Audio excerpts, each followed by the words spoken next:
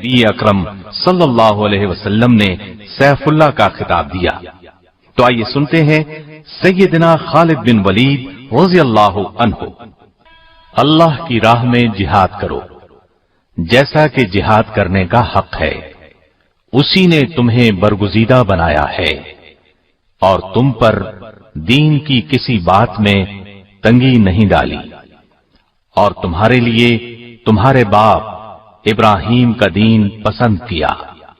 اللہ نے پہلے یعنی پہلی کتابوں میں تمہارا نام مسلم رکھا تھا، اور اس کتاب میں بھی تمہارا یہی نام رکھا ہے۔ جو مسلمان گھروں میں بیٹھ رہتے اور لڑنے سے جی چراتے ہیں اور کوئی عذر نہیں رکھتے، وہ اور جو اللہ کی راہ میں اپنے مال اور جان سے لڑتے ہیں، وہ دونوں برابر نہیں ہو سکتے۔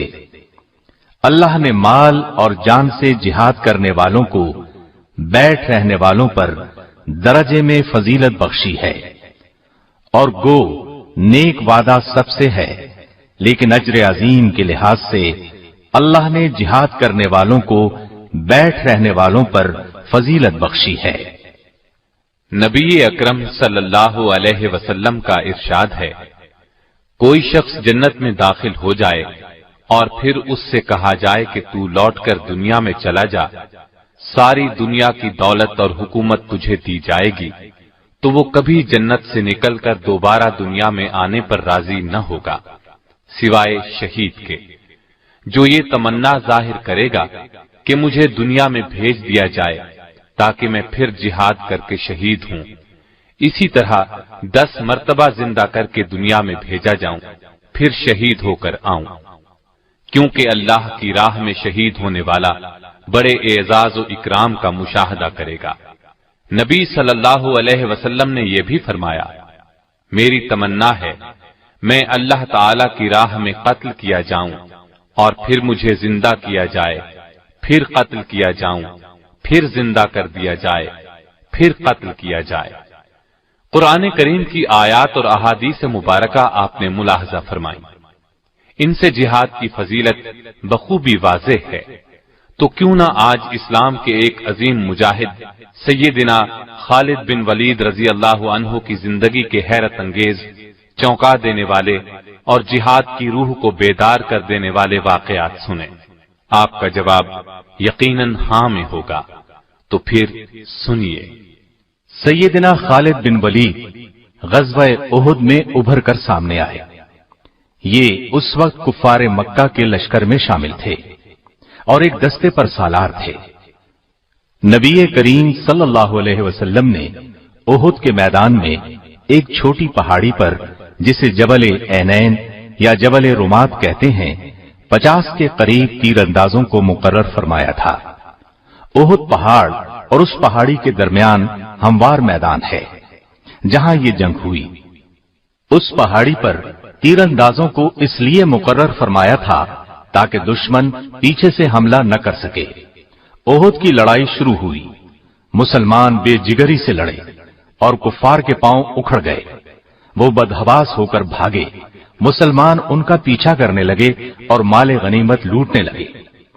ایسے میں پہاڑی پر موجود تیر انداز دستے نے بھی پہاڑی چھوڑ دی اور مال غنیمت لوٹنے کے لیے میدان کی طرف دوڑ پڑے۔ اگرچہ نبی کریم صلی اللہ علیہ وسلم نے انہیں تاکید فرمائی تھی، تم لوگ اس پہاڑی سے نہ ہٹنا، لیکن انہوں نے خیال کیا یہ حکم اس وقت تک کے لیے تھا جب تک کفار شکست کھا کر بھاگ نہ کھڑے ہوں۔ ان کے سالار عبداللہ بن زید نے انہیں روکا بھی تھا، لیکن وہ نہ رکے، وہ اپنے چند ہمراہیوں کے ساتھ وہیں کھڑے رہے۔ ادھر بھاگتے دشمنوں میں سے خالد بن ولید کی نظر اس پہاڑی پر پڑی۔ ان کی تیز نظر نے فوراً بھانپ لیا کہ اس طرف سے مسلمان غافل ہیں اور ان پر دوبارہ حملہ کیا جا سکتا ہے۔ پس وہ اپنے دستے کے ساتھ مسلمانوں پر ٹوٹ پڑے اور اس طرح غزوہ احد میں دردناک صورتحال پیش آئی۔ یہ خالد بن ولید کی جنگی صلاحیت تھی جس سے مسلمانوں کے پاؤں اکھاڑ دیے۔ گویا اسلام لانے سے پہلے بھی یہ اپنی صلاحیتوں کا لوہا منوا چکے تھے۔ اسلام نے ان کی شخصیت میں جو جلا پیدا کی، اب اس کا حال سنیے۔ اپنے اسلام لانے کا واقعہ خود انہی کی زبانی سنیے۔ فرماتے ہیں، خالد بن ولید فرماتے ہیں، اسلام قبول کرنے سے پہلے میں قریب ہر مارکے میں رسول اللہ صلی اللہ علیہ وسلم کے مقابلے میں خم ٹھونک کر آیا، لیکن ہر مرتبہ آپ کا رعب اور دبدبا میرے دل پر طاری ہوا، یہاں تک کہ اللہ تعالی نے میرے دل میں اسلام کی محبت پیدا کر دی۔ ایک مرتبہ رسول اللہ صلی اللہ علیہ وسلم اپنے صحابہ رضی اللہ عنہم کو میدان جنگ میں ظہر کی نماز پڑھا رہے تھے۔ میں نے دل میں سوچا یہ بہت اچھا موقع ہے، اس وقت حملہ کر دیا جائے تو مسلمانوں کو زبردست نقصان پہنچایا جا سکتا ہے، لیکن حوصلہ نہیں پڑ رہا تھا۔ مجھے یوں لگا جیسے کوئی غیبی طاقت مجھے روک رہی ہے۔ پھر نبی صلی اللہ علیہ وسلم نے اسی میدان میں عصر کی نماز پڑھائی۔ ایک بار پھر سوچا حملہ کروں، لیکن قدم آگے نہ بڑھے۔ اس وقت میں نے جان لیا پردہ غیب سے ان کی مدد ہو رہی ہے، یہ یقیناً خطہ عرب بلکہ پوری دنیا پر غالب آئیں گے۔ جب مکہ فتح ہو گیا اور نبی صلی اللہ علیہ وسلم مدینہ واپس تشریف لے گئے تو اس وقت میں اپنے بارے میں سوچنے لگا، اب میں کیا کروں، کہاں جاؤں، حبشہ چلا جاؤں یا شاہ ہرقل کے پاس چلا جاؤں، اپنا آبائی مذہب چھوڑ کر یہودی ہو جاؤں یا عیسائیت اختیار کر لوں، یا کسی اجمی ملک کی راہ لوں، یا اپنے گھر میں بیٹھ رہوں۔ غرض طرح طرح کے سوال ذہن میں آ رہے تھے۔ انہی خیالات میں گم تھا کہ مجھے اپنے بھائی کا خط ملا۔ اس نے لکھا تھا، پیارے بھائی، میرے آقا نبی صلی اللہ علیہ وسلم نے ایک دن مجھ سے آپ کے بارے میں پوچھا تھا کہ خالد کہاں ہے، تو میں نے عرض کیا کہ اے اللہ کے رسول صلی اللہ علیہ وسلم، ایک دن میں خالد کو ضرور آپ کی خدمت میں لے آؤں گا۔ یہ ہو نہیں سکتا کہ میرا ذہین اور فہیم بھائی اسلام جیسی نعمت سے محروم رہ جائے۔ میں خط کے یہ الفاظ پڑھ کر جھوم اٹھا۔ آپ نے مجھے یاد فرمایا تھا۔ اسی دوران میں نے ایک گہری نیند میں خواب دیکھا۔ کیا دیکھتا ہوں، ایک تنگ و تاریک اور بے آب و گیاہ جگہ سے سرسبز، شاداب اور کھلے میدان کی طرف جا رہا ہوں۔ آنکھ کھلی تو دل میں ایک خوشگوار احساس پیدا ہوا اور میں نے مدینے جانے کا پختہ ارادہ کر لیا۔ ساتھ ہی میں نے خواہش کی کہ مدینے کی طرف جانے کے لیے کوئی ساتھی مل جائے۔ میں نے عثمان بن طلحہ رضی اللہ عنہ سے اپنے دلی ارادے کا ذکر کیا۔ وہ خوشی سے میرے ساتھ چلنے کے لیے تیار ہو گیا۔ آخر ہم روانہ ہوئے۔ دوران سفر عمرو بن عاص رضی اللہ عنہ ملے۔ انہوں نے مجھ سے پوچھا، کہاں جا رہے ہو؟ میں نے بتایا، اسلام کی کشش مجھے مدینے کی طرف کھینچے لے جا رہی ہے۔ پھر میں نے ان سے پوچھا، اور آپ کا ارادہ کہاں کا ہے؟ انہوں نے کہا، یہی جذبہ لے کر میں گھر سے نکلا ہوں۔ اب ہم تینوں ایک ساتھ چل پڑے۔ یکم سفر 8 ہجری کو مدینہ طیبہ میں نبی صلی اللہ علیہ وسلم کی خدمت میں حاضر ہوئے۔ میں نے نہایت ادب اور احترام سے آپ کو سلام کیا۔ آپ نے مسکراتے ہوئے میرے سلام کا جواب دیا۔ میں نے کلمہ پڑھ کر اسلام میں داخل ہونے کا اعلان کیا۔ اس پر رسول اللہ صلی اللہ علیہ وسلم نے فرمایا، خالد، تمہاری دانش اور فہم و فراست کی بنا پر مجھے امید تھی کہ تم ایک دن ضرور اسلام قبول کر لو گے۔ میں نے نبی صلی اللہ علیہ وسلم کے ہاتھ پر بیعت کرتے ہوئے عرض کی، اے اللہ کے رسول، میرے لیے اللہ تعالی سے دعا کریں۔ میں لوگوں کو تلوار کے ذریعے اسلام سے روکتا رہا ہوں اور مسلمانوں کے لیے طرح طرح کی مشکلات پیدا کرتا رہا ہوں۔ نبی صلی اللہ علیہ وسلم نے میری پریشانی دیکھ کر فرمایا، گھبراؤ نہیں خالد، اسلام قبول کرنے سے دور جاہلیت کے تمام گناہ خود بخود مٹ جاتے ہیں۔ میں نے عرض کیا، اس کے باوجود میری درخواست ہے، آپ میرے حق میں ضرور دعا کریں۔ چنانچہ نبی صلی اللہ علیہ وسلم نے میرے لیے دعا فرمائی، الہی خالد بن ولید کو بخش دے، الہی خالد بن ولید پر رحم فرما، الہی اس کی جملہ خطائیں معاف فرما، بلا شبہ تو بخشنے والا مہربان ہے۔ خالد بن ولید فرماتے ہیں، میں نے اپنا خواب ابو بکر رضی اللہ عنہ کو سنایا تو انہوں نے تعبیر بیان کرتے ہوئے فرمایا، تنگ و تاریک جگہ سے مراد کفر و شرک کی زندگی ہے، اور سرسبز شاداب میدان سے مراد اسلام ہے۔ اللہ تعالی آپ کو کفر کی تاریکیوں سے اسلام کے وسیع اور روشن میدان کی طرف لے آیا ہے۔ اسلام قبول کرنا آپ کو مبارک ہو۔ خالد بن ولید کسی خوف یا لالچ کی بنیاد پر اسلام میں داخل نہیں ہوئے تھے۔ نبی کریم صلی اللہ علیہ وسلم کی شخصیت نے انہیں متاثر کیا تھا۔ اسلام کی عظمت ان کے دل میں گھر کر گئی تھی۔ انہوں نے جب تک اسلام قبول نہیں کیا تھا اس وقت تک یہ مسلمانوں کے خطرناک دشمن تھے۔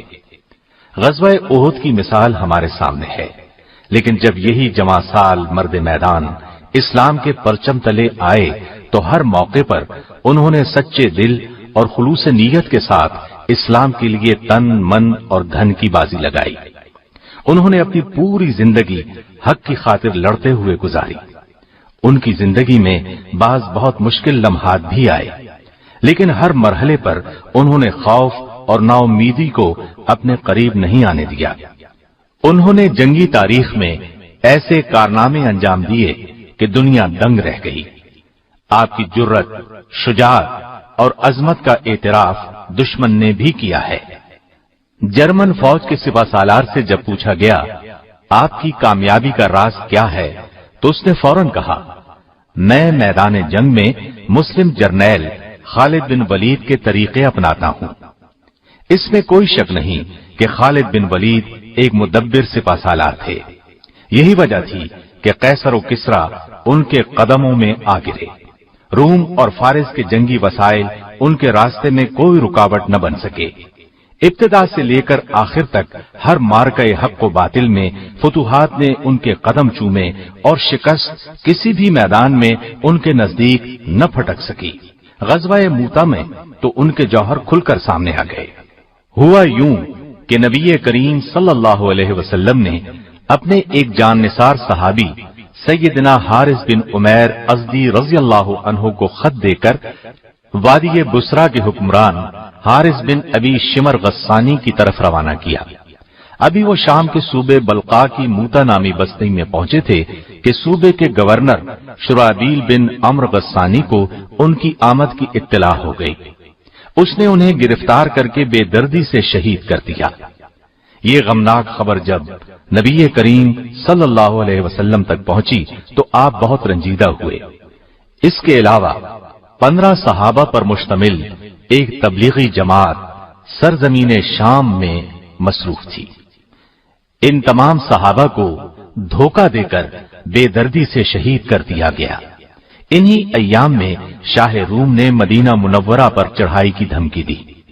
ان تمام اسباب کی وجہ سے نبی اکرم صلی اللہ علیہ وسلم نے سیدنا زید بن حارثہ کی قیادت میں ایک لشکر روانہ کیا اور ساتھ ہی ارشاد فرمایا کہ اگر جنگ کے دوران زید شہید ہو جائیں تو جعفر بن ابی طالب کو سپہ سالار بنایا جائے، وہ شہید ہو جائیں تو عبداللہ بن رواحہ کو قائد بنایا جائے، وہ بھی شہید ہو جائیں تو مجاہدین اپنی مرضی سے قائد منتخب کر لیں۔ نبی کریم صلی اللہ علیہ وسلم نے لشکر کے لیے سفید رنگ کا پرچم بنایا اور سیدنا زید بن حارثہ کے حوالے کیا۔ لشکر کو آپ نے یہ وصیت کی کہ جس مقام پر حارث بن عمیر ازدی شہید ہوئے وہاں پڑاؤ کریں اور اللہ سے مدد طلب کرتے ہوئے ڈٹ کر دشمن کا مقابلہ کریں، اور دیکھنا کسی سے بدعہدی نہ کرنا، نہ خیانت کرنا، کسی بچے، بوڑھے یا عورت کو قتل نہ کرنا، اور نہ کسی گوشہ نشین راہب کی گردن اڑانا، کسی عمارت کو منہدم کرنا، نہ کوئی درخت کاٹنا۔ لشکر اسلام نبی کریم صلی اللہ علیہ وسلم سے یہ ہدایات دے کر اپنی منزل کی طرف روانہ ہوا۔ سرحدی صوبے بلقا پہنچا تو معلوم ہوا شاہ روم हिरक्ल ने इन मुट्ठी भर मुसलमानों के मुकाबले के लिए एक बहुत बड़ा लश्कर भेजा है और वो मैदान में पड़ाव डाले बैठा है। चुनाचे मुजाहिदीन रास्ता बदलकर मूता के मकाम पर पहुंच गए।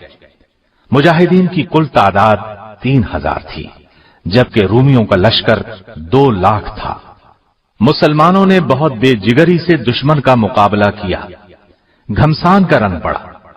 सैयदना ज़ैद बिन हारिसा ने अपनी कायदाना जिम्मेदारी का एहसास करते हुए बहुत जोरदार हमला किया। अपनी मुट्ठी भर फौज के साथ चारों तरफ से दुश्मन पर टूट पड़े।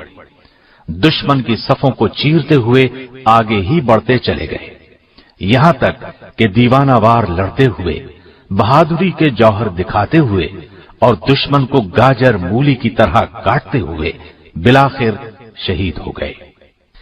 इनके बाद सैयदना जाफर बिन अबी तालिब ने इस्लाम का झंडा हाथ में ले लिया, घोड़े को एड़ लगाई और आनन फानन दुश्मन के लश्कर के दरमियान में पहुंच गए। उन पर टूट पड़े और तलवार के जौहर दिखाने लगे। दुश्मनों को कत्ल करते रहे और आगे बढ़ते रहे। एक दुश्मन के वार से दायां बाजू कट गया तो झंडा बाएं बाजू में पकड़ लिया। दुश्मन ने बायां बाजू भी काट दिया। आपने झंडे को अपने बचे खुचे बाजुओं के सहारे संभाले रखा, गिरने नहीं दिया। उसने ताक कर तीसरा वार कमर पर किया। आप लड़खड़ाए और जमीन पर गिर गए। इस तरह आप भी शहादत के रुतबे पर फाइज हुए। इनके बाद नबी करीम सल्लल्लाहु अलैहि वसल्लम के इरशाद के मुताबिक सैयदना अब्दुल्ला बिन रवाहा ने झंडा संभाला। ये भी बहादुरी और जवांमर्दी के जौहर दिखाते हुए शहीद हो गए। मुसलसल 3 जर्नैलों की शहादत के बाद मुसलमानों के हौसले पस्त होते महसूस हुए। लश्कर इस्लाम का झंडा गिर चुका था।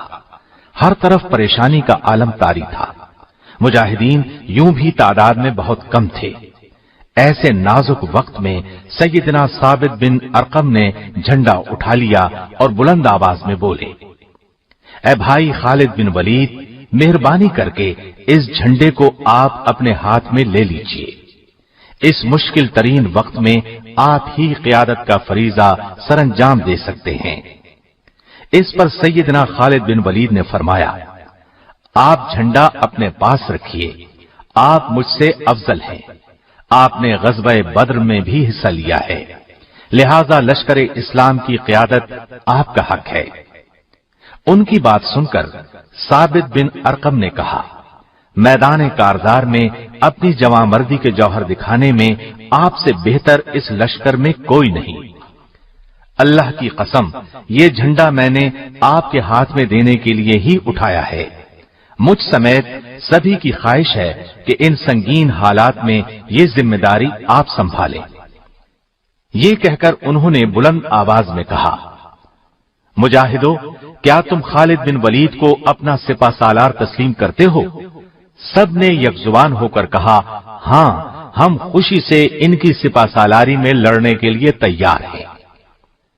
ये सूरत हाल देखते हुए सैयदना खालिद बिन वलीद ने अल्लाह का नाम लेकर झंडा अपने हाथ में ले लिया। दुश्मन के मुकाबले में मुजाहिदीन की तादाद आटे में नमक के बराबर थी। मुजाहिदीन की कमान हाथ में लेते ही सैयदना खालिद बिन वलीद ने ये हिकमत अमली इख्तियार की कि चंद घुड़सवारों के जिम्मे ये काम लगाया कि लश्कर से पीछे हटकर सिर्फ घोड़े दौड़ाते रहे। उन्होंने जब ये काम शुरू किया तो वहां गर्दो गुबार उठने लगा। रूमी लश्कर ये सूरत देखकर खौफजदा हो गया। उसने ख्याल किया कि मुसलमानों को कुमक पहुंच गई है, इसलिए उनके हौसले पस्त होने लगे। खालिद बिन वलीद ने अपनी फौज को पीछे सरकाना शुरू किया और बड़ी एहतियात और हिफाजत से अपने लश्कर को दुश्मन के नरगे से निकाल लाए, वरना इस्लामी फौज पूरी तरह रूमी फौज के नरगे में आ चुकी थी। फिर उन्होंने दूसरे दिन लड़ाई शुरू होते ही जोरदार हमला शुरू किया। रूमियों के परखचे उड़ाने लगे। उनके हाथ से उस रोज 9 तलवारें टूटी। मुसलमानों के लश्कर को उनके नरगे से निकालकर ले आना सैयदना खालिद बिन वलीद का एक बहुत बड़ा कारनामा था, क्योंकि रूमी फौज 60 गुना थी और मुसलमान फौज का नुकसान भी कम से कम हुआ। मदीना पहुंचने पर उनका जबरदस्त इस्तकबाल हुआ और नबी करीम सल्लल्लाहु अलैहि वसल्लम ने उन्हें सैफुल्लाह यानी अल्लाह की तलवार का लक़ब दिया। आपके जहन में यकीनन सवाल उभर रहा होगा कि इस्लाम लाते ही जिन्होंने ये कारहाय नुमाया अंजाम दे डाले, वो इस्लाम लाने से पहले कैसे थे, क्या करते रहे। तो आइए हम एक नजर उनकी इस्लाम से पहले की जिंदगी पर भी डाल लें। अरब के तपते रेगिस्तान में आपने परवरिश पाई। बचपन ही से फनून सिपाहगरी की तरफ मुतवज्जे हो गए। उनकी जंगजूयाना सलाहियतों को देखते हुए कौम की हिफाजत उनके सपुर्द की गई। घुड़सवारी की तरबियत भी ली थी। बुलंद मर्तबत खानदान से ताल्लुक था। जवानी ही में ताकतवर और बहादुर सिपाही शुमार होने लगे, यहां तक कि पूरे अरब में मशहूर हो गए। ऐसे में उन्हें मालूम हुआ कि कुरैश के एक नौजवान ने दावा किया है कि उस पर अल्लाह की तरफ से वही आती है। फिर उन्होंने रसूलुल्लाह सल्लल्लाहु अलैहि वसल्लम को लोगों को ये दावत देते हुए सुना, लोगों, एक अल्लाह की इबादत करो, पत्थर के बुतों की पूजा छोड़ दो। ये दावत सुनकर खालिद बिन वलीद ने महसूस किया, ये दावत तो उनकी कौम के हक में तबाहकुन साबित होगी। उनकी पूरी कौम की राय यही थी, लिहाजा वो कुछ और सोचते भी कैसे। उन्होंने ख्याल किया, नया दीन तो उनकी सरदारी को खत्म कर देगा, लिहाजा वो भी कौम के साथ इस्लाम के खिलाफ डट गए। दीन की इशाअत को रोकने पर तुल गए। उन्होंने मुसलमानों के खिलाफ कई जंगों में हिस्सा लिया, उन्हें बहुत नुकसान पहुंचाया। इसके बावजूद उन्हें ये महसूस होता रहता था कि कुरैश चाहे कुछ भी कर लें, इस्लाम की दावत को रोक नहीं सकेंगे। उन्होंने कुरैश के साथ मिलकर नबी सल्लल्लाहु अलैहि वसल्लम और आपके सहाबा को सताने का कोई मौका हाथ से न जाने दिया। मुसलमानों का मक्के में रहना नामुमकिन बना दिया। आखिर मुसलमान मदीने हिजरत कर गए। दीन के तहफ्फुज के लिए उन्होंने जवाबी जंग की ठानी। चुनाचे गज़वाए बद्र का मारका हुआ। कुरैश के बहुत से सरदार मुसलमानों के हाथों मारे गए या कैदी बना लिए गए। कुरैश की इस जिल्लत आमेज शिकस्त ने खालिद बिन वलीद को आग बगूला कर दिया। वो सोच भी नहीं सकते थे कि मुसलमान इतनी जल्दी इस कदर मजबूत भी हो सकते हैं। अब उस वक्त उन्हें क्या मालूम था कि मुसलमानों के लिए अल्लाह ताला ने आसमान से मदद नाजिल फरमाई थी। वो मुसलमानों के खिलाफ कोशिशों में सरगर्म हो गए। बद्र की शिकस्त के बाद कुरैश ने फैसला किया कि मुसलमानों के खिलाफ एक और जंग लड़ी जाए। इस्लाम को मिटाने के लिए 3000 की फौज तैयार की। साजो सामान से उस फौज को लेस किया गया और इर्द गिर्द के कबाइल से मुसलमानों के खिलाफ दुश्मनी का मुआहदा किया। इसके बाद मदीने की तरफ रवाना हुए। उहुद के मकाम पर मुसलमानों से सामना हुआ, जिनकी कुल तादाद 700 थी। इस लड़ाई का हाल हम बयान कर ही चुके हैं। इसमें उनके जौहर खुलकर सामने आए थे, लेकिन कुरैश ने इस मौके से फायदा न उठाया। इस तरह मुसलमान फिर पांव जमाने के काबिल हो गए। ये देखकर खालिद बिन वलीद ने तहैया कर लिया था कि अरब के दूसरे कबीलों का ताउन हासिल करके मुसलमानों की दावत का यकसर खात्मा कर दिया जाए। चुनाचे उन्होंने अरब कबाइल के 10,000 अफराद का एक बड़ा लश्कर जमा किया। इसीलिए इस जंग को जंग अहजाब कहा जाता है। अहजाब अरबी में हिज्ब की जमा है, जिसके माना गिरोह के हैं। यानी इस मौके पर सारे इस्लाम दुश्मन गिरोह और कबीले जमा हो गए थे।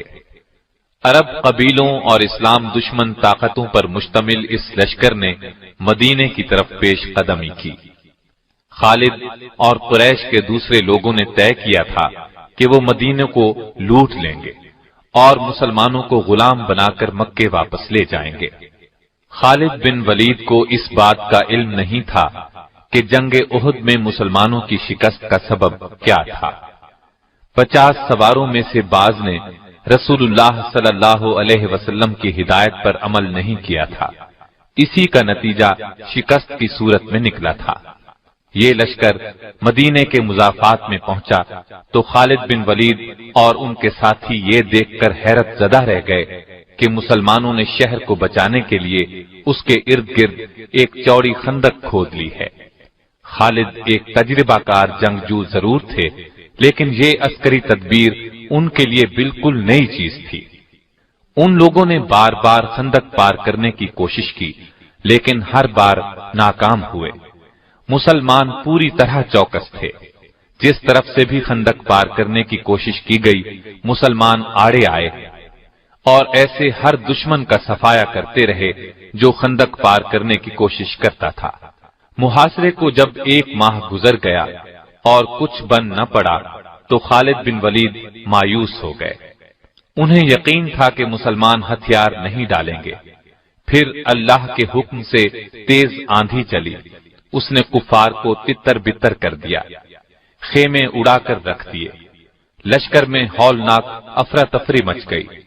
خالد بن ولید نے انہیں روکنے کی کوشش کی، ان کا حوصلہ بڑھانے کی کوشش کرتے رہے، لیکن وہ لوگ اچھی طرح محسوس کر چکے تھے کہ مسلمان ہتھیار نہیں ڈالیں گے۔ آخر قریش بھاگ کھڑے ہوئے۔ دشمنوں سے نجات پانے کے بعد رسول اللہ صلی اللہ علیہ وسلم اور صحابہ کرام نے عمرے کا ارادہ فرمایا۔ وہ معمولی ہتھیاروں کے ساتھ اس امید پر مکے کی طرف روانہ ہوئے کہ قریش انہیں عمرے سے نہیں روکیں گے، لیکن جب یہ لوگ مکے کے نزدیک پہنچے تو وہ آڑے آئے۔ انہوں نے خیال کیا مسلمانوں کی آمد ان کے لیے خطرہ ہے۔ ایسے میں خالد بن ولید کچھ سواروں کے ساتھ آگے بڑھے اور حدیبیہ کے مقام پر مسلمانوں کا راستہ روک لیا۔ انہوں نے مسلمانوں کو للکارا، لیکن وہ تو گھر سے لڑنے کے لیے نہیں آئے تھے، لہذا خاموش رہے۔ آخر رسول اللہ صلی اللہ علیہ وسلم نے قریش کے ساتھ ایک صلح نامہ طے کیا۔ طے یہ پایا کہ مسلمان اور قریش مکہ 10 سال تک نہیں لڑیں گے، اور یہ کہ مسلمان اب واپس مدینے چلے جائیں، آئندہ سال عمرہ کرنے کے لیے آئیں۔ اس معاہدے کی کچھ اور شرائط بھی تھیں۔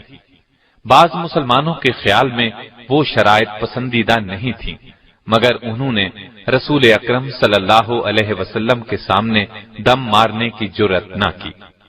بعد میں یہ بات ثابت ہو گئی کہ صلح کی شرائط مسلمانوں کے حق میں بہت مفید ثابت ہوئی تھی۔ اس صلح نامے کو باقاعدہ تحریری شکل دی گئی۔ خالد بن ولید اس دوران میں مسلمانوں کی حرکات اور سکنات دیکھتے رہے۔ وہ دیکھ رہے تھے کہ مسلمان کس طرح رسول اللہ پر جان چڑکتے ہیں۔ انہوں نے اس حد تک کسی کو کسی کا احترام کرتے نہیں دیکھا تھا۔ اسلام کی دعوت دینے کے وہ کس قدر شوقین تھے، یہ بھی انہیں اندازہ ہوا۔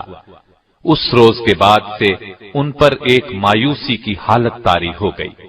حقیقت یہ تھی کہ وہ اسلام کی سچائی کو پوری طرح محسوس کرنے لگے تھے، لیکن اعلانیہ یہ بات کہنے کا حوصلہ ابھی ان میں پیدا نہیں ہوا تھا۔ آخر کار انہوں نے محسوس کر لیا کہ اب تک وہ جس راستے پر چلتے رہے ہیں اس میں سوائے تاریکی کے اور کچھ نہیں ہے۔ اسلام کی روشنی انہیں اپنے اندر جذب ہوتی محسوس ہوئی۔ اس طرح انہوں نے اسلام قبول کرنے کا فیصلہ کر لیا۔ ان کے اسلام لانے کی تفصیل ہم آپ کو سنا ہی چکے ہیں۔ اسلام لانے کے بعد خالد بن ولید اسلام کے سچے سپاہی بن گئے اور اسلام پر سختی سے کاربند ہو گئے۔ اسلام کے دفاع کے لیے ہر دم تیار رہتے تھے۔ نبی کریم صلی اللہ علیہ وسلم انہیں جہاں جانے کے لیے کہتے وہ فوراً حکم بجا لاتے، ایک لمحے کی بھی تاخیر نہ کرتے۔ اب اسلام تیزی سے پھیلنے لگا تھا۔ اس زمانے میں سیدنا خالد بن ولید رضی اللہ عنہ نے سب سے پہلی نمایاں کامیابی جنگ موتا میں حاصل کی۔ اس کا ذکر آپ سن چکے ہیں۔ اس واقعے کے بعد ان کی اصل مجاہدانہ زندگی کی ابتدا ہوئی۔ نبی کریم صلی اللہ علیہ وسلم نے قریش مکہ سے حدیبیہ کا معاہدہ کیا تھا۔ اس کی ایک شق یہ تھی کہ 10 साल तक दोनों फरीक जंग नहीं करेंगे और जो फरीक मुआहदे की खिलाफ वर्जी करेगा उसके खिलाफ जवाबी कार्रवाई की जाएगी। चुनांचे कुरैश ने मुआहदे की खिलाफ वर्जी की, मुसलमानों के हलीफ बनु खुज़ाआ पर हमला कर दिया। इसके बाद उन्हें एहसास हुआ कि उनसे बड़ी गलती हुई। इस गलती के नताइज उनके लिए तबाहकुन होंगे, इसलिए उन्होंने मुसलमानों से नई शराइत तय करने की कोशिश की, लेकिन रसूल करीम सल्लल्लाहु अलैहि वसल्लम ने उनका उज्र तस्लीम न किया और उनके मजालिम का खात्मा करने का अज़्म कर लिया। नबी करीम सल्लल्लाहु अलैहि वसल्लम 10,000 के लश्कर के साथ मक्के की तरफ रवाना हुए। सैयदना खालिद बिन वलीद भी इस्लामी लश्कर के एक हिस्से के सालार थे। नबी करीम सल्लल्लाहु अलैहि वसल्लम ने उन्हें हिदायत की कि वो मुआफी और नरमी का सलूक करें, उस वक्त तक खुद हमला न करें जब तक उन पर हमला न किया जाए। खालिद बिन वलीद अपने दस्ते के साथ मक्के में दाखिल हुए। वो फौरन काबे की तरफ बढ़े। काबे में मुशरिकीन ने इबादत के लिए हर किस्म के बुत रखे हुए थे। वो नबी करीम सल्लल्लाहु अलैहि वसल्लम के हुक्म पर इन बुतों को तोड़ने और काबे के नवाह से बुत परस्ती की निशानियां मिटाने लगे। और नबी करीम सल्लल्लाहु अलैहि वसल्लम ने मक्के में दाखिल होकर फरमाया, लोगों, आज के दिन तुम आजाद हो, तुम में से किसी को नुकसान नहीं पहुंचाया जाएगा। आप सल्लल्लाहु अलैहि वसल्लम का ये ऐलान सुनकर खालिद बिन वलीद ने महसूस किया कि नबी करीम सल्लल्लाहु अलैहि वसल्लम किस कदर अजीम इंसान हैं। जिन लोगों के लिए आज आम मुआफी का ऐलान फरमा रहे हैं, कल इन्हीं लोगों ने आपको तरह तरह से सताया था, जुल्म के पहाड़ तोड़े थे और हर किस्म की ज्यादती की थी। ज्यादतियां करने में कोई कसर उठा न रखी थी। फिर उन्होंने देखा इस्लाम का परचम मक्के की हर इमारत पर लहरा रहा था। फजा अल्लाह अकबर की सदाओं से गूंज रही थी। ऐसा मंजर इस सरजमीन ने पहले कभी नहीं देखा था। खालिद बिन वलीद दूसरे सहाबा रज़ी अल्लाह अन्हुम के साथ अल्लाह के हुजूर सरबसजूद हो गए। उसकी इस नेमत का शुक्र अदा करने लगे जो मुसलमानों को अता की गई थी। खालिद बिन वलीद रसूलुल्लाह सल्लल्लाहु अलैहि वसल्लम के बहुत नजदीक रहे। उन्होंने इस्लाम के दुश्मनों के खिलाफ हर जिहाद में हिस्सा लिया। नबी करीम सल्लल्लाहु अलैहि वसल्लम ने फतह मक्का के बाद महसूस किया कि कबीला हवाजिन इस्लाम के रास्ते में रुकावट बन रहा है। आपने 12,000 मुजाहिदीन के साथ उन लोगों पर चढ़ाई की और उन्हें सबक सिखाया। खालिद बिन वलीद इस गज़वे में भी शरीक रहे। वो अरब कबाइल को इस्लाम के दायरे में लाने की तगोदौ करते रहे। मक्के के इर्द गिर्द के कबाइल पर गलबा पाने के बाद मदीना वापस तशरीफ लाए और हज की तैयारी शुरू कर दी। फिर नबी करीम सल्लल्लाहु अलैहि वसल्लम की क़ियादत में 1 लाख से जायद मुसलमान हज अदा करने के लिए मक्के की तरफ रवाना हुए। सैयदना खालिद बिन वलीद भी आपके साथ थे। उन्होंने मैदान अरफात में नबी करीम सल्लल्लाहु अलैहि वसल्लम का खुतबा बहुत गौर से सुना और समझ गए कि आपकी रिहलत का वक्त करीब आ पहुंचा है। हज के सफर से वापसी पर नबी करीम सल्लल्लाहु अलैहि वसल्लम अलील हो गए। तमाम सहाबा रज़ी अल्लाह अन्हुम बहुत उदास थे।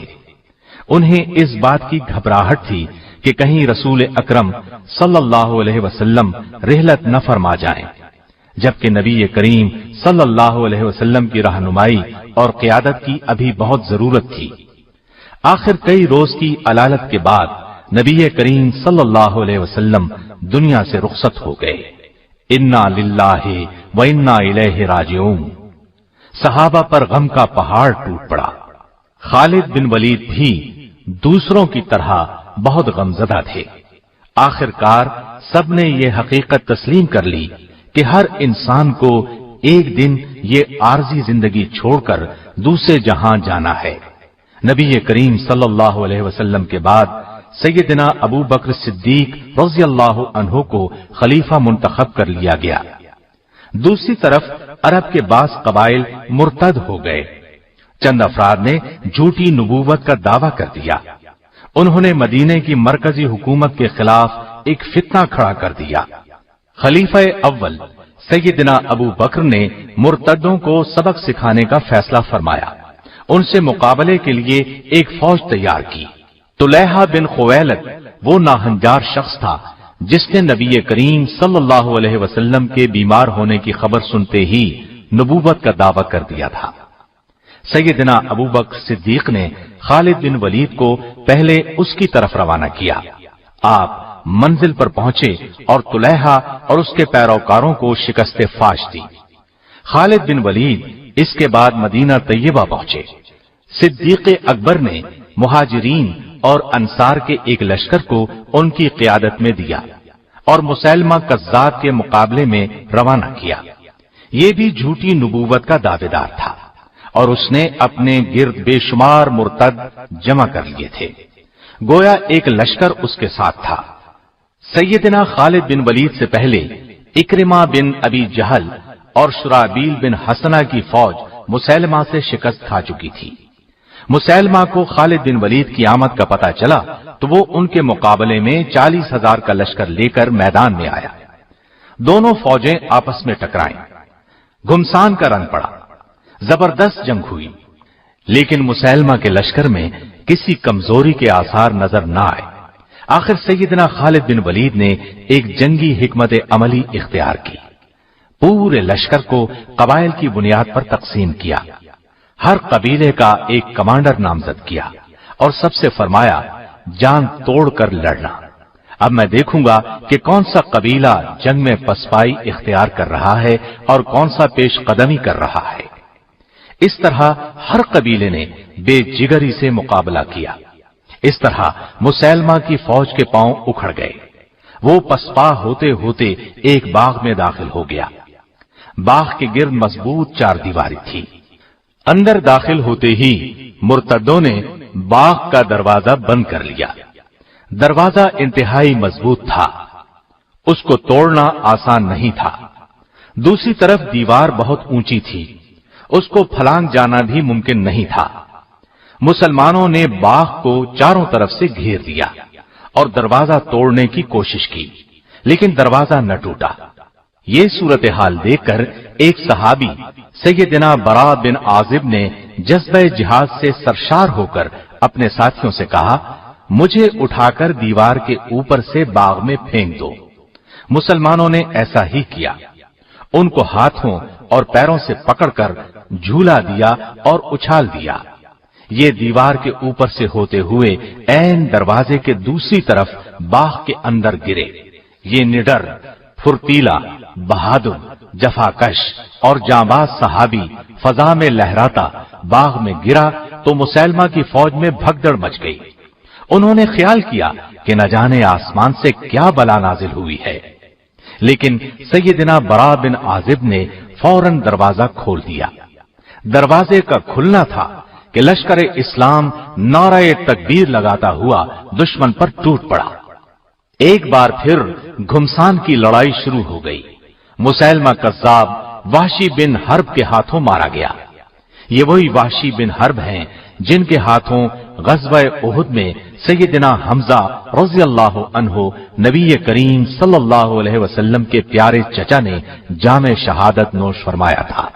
اس کے بعد یہ وحشی بن حرب مسلمان ہو گئے تھے اور آج ان کے ہاتھوں اسلام کا یہ بدترین دشمن اپنے انجام کو پہنچا۔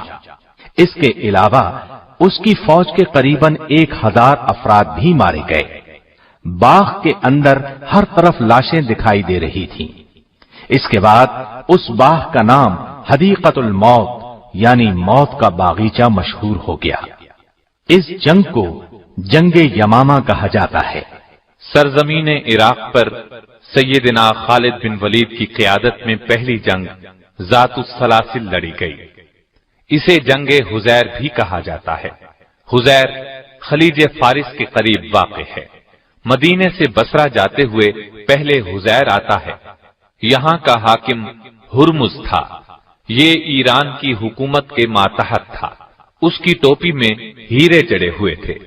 سیدنا خالد بن ولید 10,000 مجاہدین کے ساتھ عراق کی جانب روانہ ہوئے۔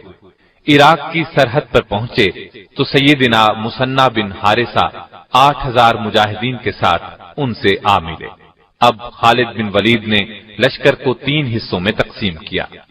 एक हिस्से का सालार मुसन्ना बिन हारिसा को, दूसरे का अदी बिन हातिम को मुकर्रर किया, तीसरे हिस्से की क़ियादत खुद अपने हाथ में ली। उधर हुर्मुज ने अपनी फौज की सफबंदी इस तरह की कि दाएं और बाएं हिस्से पर शाही खानदानों के जफाकश शहजादे बतौर सालार मुकर्रर किए। मैदान जंग में जमे रहने के लिए तमाम फौजी जवानों ने अपने आप को जंजीरों में बांध लिया। अरबी में जंजीरों को सलासिल कहते हैं। इसी मुनासिबत से इस जंग का नाम जंगे जातुस सलासिल मशहूर हुआ। जंग शुरू करने से पहले सैयदना खालिद बिन वलीद ने ईरानियों को इस्लाम की दावत दी। उनके इनकार पर आखिर जंग का आगाज हुआ। हुर्मुज की फौज ने इस मैदान में पहले पहुंचकर दरिया पर कब्जा कर लिया था। सैयदना खालिद बिन वलीद ने ये देखकर अपनी फौज को सहरा की तरफ पेश कदमी का हुक्म दिया। वहां सूरज आग उगल रहा था। आखिरकार वो काजिमा नामी मकाम पर पहुंच गए। इस तरह उन्होंने दुश्मन को पानी के चश्मे छोड़ने पर मजबूर कर दिया। आखिर दुश्मन से टकराव हुआ। हुर्मुज उनके मुकाबले में आया। खालिद बिन वलीद ने उस पर ऐसा कारी वार किया कि वो अपने ही खून में नहाकर घुटनों के बल गिरा। हुर्मुज के कत्ल से ईरानी फौज का जोश जाता रहा। मुसलमानों का रोब उनके दिलों में बैठ गया। इसके बाद पुरजोश हमलों की ताब न लाकर वो मुंतशिर हो गए। फारसियों का बहुत ज्यादा नुकसान हुआ। मुसलमानों ने उनका ताक़ुब किया और बेशुमार फारसियों को तहस नहस कर दिया। इस तरह उन्हें मुसलमानों के हाथों शर्मनाक शिकस्त से दो चार होना पड़ा।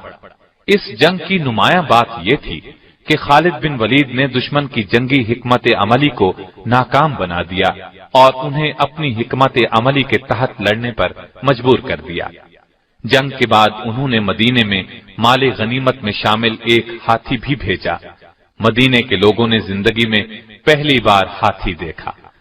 वो इस कदर डील डॉल वाले अजीबो गरीब जानवर को देखकर हैरान रह गए। इस लड़ाई में हुर्मुज की एक टोपी भी हाथ लगी। इस टोपी में निहायत बेशकीमत हीरे जवाहिरात जड़े हुए थे। माले गनीमत की तकसीम के वक्त ये टोपी सैयदना खालिद बिन वलीद के हिस्से में आई। इसकी कीमत का अंदाजा लगाया गया। वो करीबन 1 लाख दिरहम की साबित हुई। पै दर पै फतूहात ने जहां कुफार के अंदर हलचल मचा दी थी, वहां मुसलमानों के हौसले बहुत बुलंद कर दिए थे। मुसलमानों का सैले रवां किसी के रोके रुक नहीं रहा था। बिला शुबहा ये दौर मुसलमानों की तारीख का ताबनाक तरीन दौर था। हीरा और उबुल्लाह के दरमियान दरियाए फुरात के किनारे इल्लीस नामी इलाका है। इराक में आबाद अरब कबाइल ने ईरानियों के साथ मिलकर इस्लामी लश्कर का मुकाबला करने का प्रोग्राम तरतीब दिया। ये कबाइल मुसलमानों से पै दर पै शिकस्त खाने के बाद मुसलमानों के खिलाफ बिखरे हुए थे। चुनाचे इस इलाके में जमा हुए। उधर सैयदना खालिद बिन वलीद ने इस मकाम पर पहुंचकर दुश्मन पर हमला किया। दुश्मन के लश्कर में नामी गिरामी शाहसवार मालिक बिन कैस मौजूद था। वो आपके मुकाबले पर आया।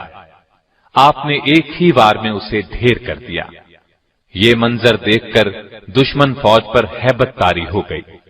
लश्कर के लिए खाना तैयार था, लेकिन उन पर ऐसा खौफ तारी हुआ कि खाना मैदान में छोड़कर भाग निकले। इस खाने में सफेद चपातियां थीं, जिनसे मुसलमान नाआशना थे। उन्होंने ऐसा खाना पहली मर्तबा देखा था। मुसलमानों ने भागते हुए दुश्मन का ताक़ुब किया और उन्हें काटते चले गए। इस लड़ाई को जंगे इल्लीस कहते हैं। काफिरों के 70,000 के करीब आदमी मारे गए। इसके बाद सैयदना खालिद बिन वलीद हीरा की तरफ मुतवज्जे हुए। अरब कबाइल को काबू में रखने के लिए जरूरी था कि हीरा पर कब्जा किया जाए। इसलिए इस अजीम जर्नैल ने हीरा का रुख किया। ये इलाका भी दरियाए फुरात के किनारे वाक़ था। सैयदना खालिद बिन वलीद ने कश्तियों के जरिए रास्ता तय किया।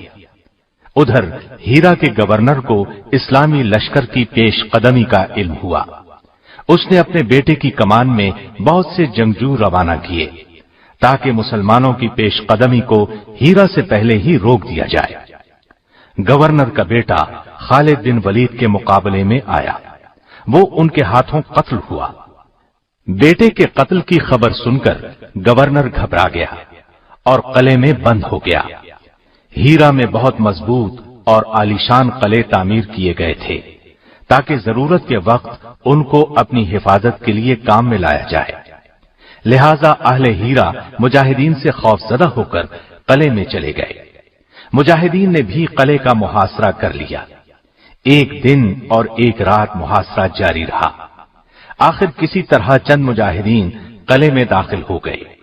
अहले हीरा पहले ही हौसला हार चुके थे, इसलिए सुलह पर आमादा हो गए।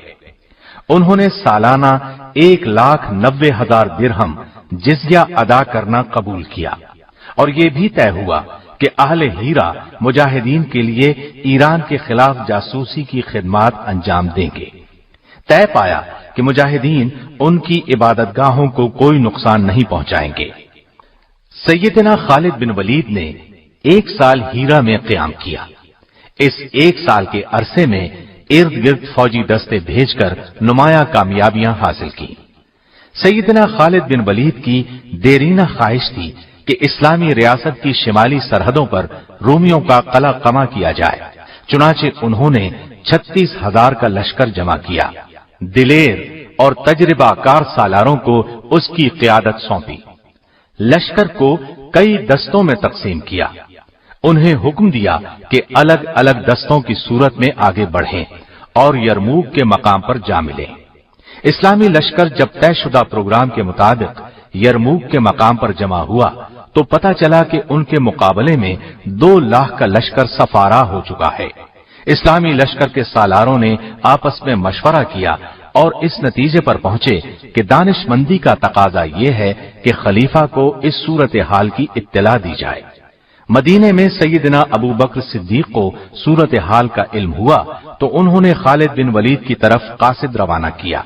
वो उस वक्त इराक के महाज पर थे। कासिद के जरिए उन्हें खलीफा का पैगाम मिला कि वो शाम पहुंचकर रूमियों के खिलाफ इस्लामी लश्कर की क़यादत करे। खालिद बिन वलीद रवाना हो गए। उनका सफर बहुत मुश्किल था। सहरा में से सफर करते हुए वो अपने 8,000 सिपाहियों के साथ आखिर यरमूक में मौजूद इस्लामी लश्कर से जा मिले। उन्होंने एहतियात से सूरत हाल का जायजा लिया, लड़ाई का बाकायदा मंसूबा तैयार किया। उन्होंने देखा कि इस्लामी लश्कर 4 सालारों के तहत बटा हुआ है। इस वजह से एक मुत्तहिदा जंग लड़ना मुश्किल होगा। उन्होंने सालारों से मशवरा किया, उन्हें कायल किया कि सब दस्ते इकट्ठे कर लें ताकि कामयाब लड़ाई लड़ी जा सके। उस वक्त उन्होंने फौज के सामने ये तकरीर की, हमारा आज का दिन अल्लाह के लिए वक्फ है। दुश्मन पर फख्र या गुस्से के इजहार का कोई फायदा नहीं होगा। इखलास के साथ इस जिहाद में हिस्सा लो और अल्लाह की खुशनूदी के हकदार बन जाओ। अपने साथियों से उन्होंने ये दरखास्त की कि पहले रोज फौज की कमान उन्हें संभालने दी जाए। सब सालार उनकी कमान पर रजामंद हो गए। जंग शुरू होने से पहले रूमी सालार हामान ने खालिद बिन वलीद से मुलाकात की ख्वाहिश जाहिर की। वो मुलाकात के लिए तैयार हो गए। हामान ने उनसे कहा, हमारे इल्म में ये बात आई है कि तुम गुर्बत की वजह से अपने मुल्क से निकल आए हो। तुम चाहो तो मैं तुम में से हर एक को 10 दीनार कपड़े और खुराक दे सकता हूं। शर्त यह है कि अपने मुल्क में वापस चले जाओ। अगले साल भी मैं तुम्हें इसी कदर इनाम दूंगा। उसकी बात सुनकर खालिद बिन वलीद ने कहा, ये गुर्बत नहीं जो हमें यहां लाई है, बल्कि हम तो तुम्हारा खून पीना चाहते हैं। हमें बताया गया है कि तुम्हारा खून लजीज तरीन है। ये कहकर खालिद बिन वलीद अपनी फौज में वापस आए। उन्होंने मैदान जंग का जायजा लिया और रूमियों के लश्कर जर्रार का मुकाबला करने के लिए अपनी फौज को दस्तों में तकसीम करके सफबंदी की।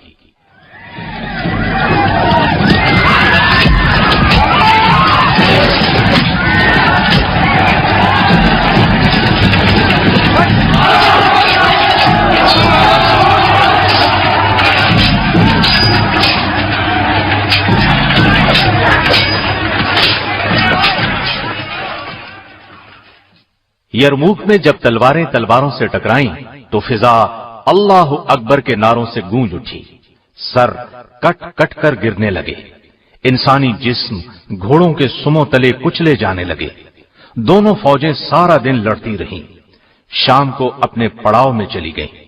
दूसरे दिन इस्लामी लश्कर ने रूमी फौज के कल्ब पर हमला किया और उनकी सफें दरहम बरहम कर दी। बिलाखिर रूमियों के पांव उखड़ गए।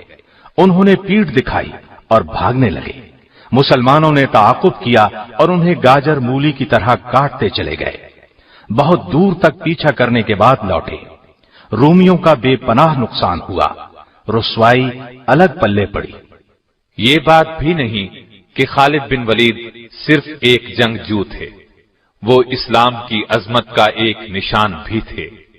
सच्चे मुसलमान थे, सिर्फ अल्लाह की रजा के लिए हर काम करते थे। उनकी जिंदगी में एक नाजुक लम्हा आया था, लेकिन वो उस वक्त भी एक खरे मुसलमान ही साबित हुए। यरमूक की ये लड़ाई हो रही थी। जंग का मैदान गर्म था। ऐसे में मदीने से एक कासिद आ पहुंचा। उसने लश्कर में मौजूद सैयदना अबू उबैदा बिन जर्राह को खबर दी कि रसूलुल्लाह सल्लल्लाहु अलैहि वसल्लम के खलीफा अबू बकर सिद्दीक रजी अल्लाह अन्हु इंतकाल कर गए हैं और सैयदना उमर बिन खत्ताब मुसलमानों के खलीफा मुंतखब हुए हैं। उन्होंने खालिद बिन वलीद को लश्कर की कमान से माजूल कर दिया और आपको उनकी जगह सिपाह सालार मुकर्रर किया है। सैयदना अबू उबैदा ने खत उस वक्त तक खुफिया रखा जब तक कि जंग खत्म न हो गई। जंग के खत्म होने पर वो सिपाह सालार के पास गए। वो खत उन्हें दिया। उन्होंने खत पढ़ा और पूछा, ये खत कब आया था? अबू उबैदा ने उन्हें बताया कि ये खत उन्हें उस वक्त मिला था जब जंग उरूज पर थी। उन्होंने पूछा, आपने खत मुझे उस वक्त क्यों न दिया? अबू उबैदा ने कहा, वो वक्त खत देने के लिए मुनासिब नहीं था। सैयदना खालिद बिन वलीद ने उनकी तारीफ की।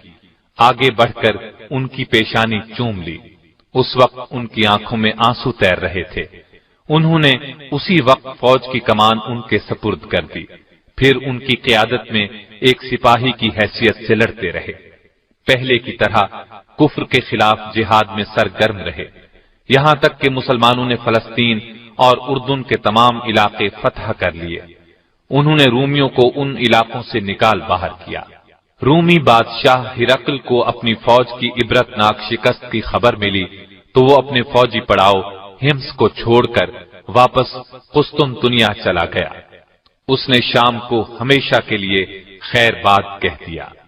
यरमूक की लड़ाई में एक दिलचस्प वाकया ये पेश आया कि एक रूमी जर्नैल जर्जा ने सैयदना खालिद बिन वलीद से कहा, एक बात तो बताओ, क्या तुम्हारे नबी पर आसमान से कोई तलवार नाजिल हुई थी जो उन्होंने तुम्हारे हाथ में थमा दी और तुम्हें सैफुल्लाह कहा जाने लगा? इस पर सैयदना खालिद बिन वलीद ने फरमाया, अल्लाह ताला ने हमारी रहनुमाई के लिए एक रसूल भेजा। हम में से बाज ने उनकी तस्दीक की और दिलो जान से उनका साथ दिया। उनकी मोहब्बत का दम भरा, उनके हर हुक्म के सामने सर झुका दिया, जबकि बाज ने उनकी मुखालिफत पर कमर बांध ली। पहले मैं भी ऐसे लोगों में शामिल था। फिर अल्लाह ताला ने मेरा दिल इस्लाम की तरफ माइल कर दिया। मैं रसूलुल्लाह सल्लल्लाहु अलैहि वसल्लम के दस्ते मुबारक पर बैत करके दायरे इस्लाम में दाखिल हो गया।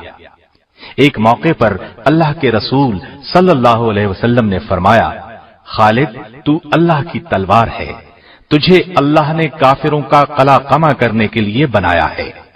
सो इस तरह मेरा नाम सैफुल्लाह मशहूर हो गया। रूमी जर्नैल हामान ने पूछा, तुम किस चीज की तरफ दावत देते हो? उन्होंने जवाब दिया, हम अल्लाह की तौहीद और उसकी इबादत की तरफ बुलाते हैं। उसने फिर पूछा, अगर आज कोई शख्स इस्लाम ले आए तो क्या वो अज्र और सवाब में तुम्हारे दरजे और मकाम को पहुंच सकता है? ये सुनकर खालिद बिन वलीद ने फरमाया, यकीनन मुझसे भी 2 हाथ आगे बढ़ सकता है। ये सुनकर रूमी जर्नैल ने फौरन कहा, तब फिर मुझे भी मुसलमान कर लें। खालिद बिन वलीद को उसकी बात सुनकर बहुत खुशी हुई। उसे गुस्ल करने की हिदायत दी। गुस्ल के बाद उसे कलिमा शहादत पढ़ाया। उसने 2 रकत नमाज अदा की, अपनी फौज पर लानत भेजी, फिर इस्लामी लश्कर में शामिल होकर बेजिगरी से लड़ता रहा, यहां तक कि जामे शहादत नोश कर गया। इस्लाम कबूल करने के बाद उसने बस यही 2 रकत अदा की। अजीब खुशकिस्मत इंसान था। इस लड़ाई के दौरान मुजाहिदीन का जज्बा जिहाद और शहादत का शौक देखने के काबिल था।